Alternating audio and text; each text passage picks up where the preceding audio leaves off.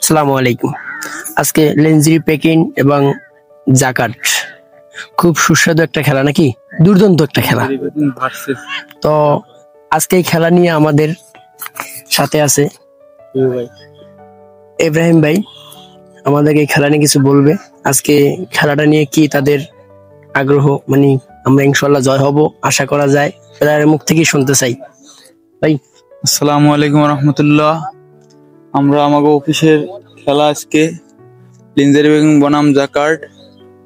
আমরা ভালো খেলার আশা করতেছি, ভালো খেলার চেষ্টা করতেছি। জাকার্ড টিম অনেক হার্ড একটা টিম, চাই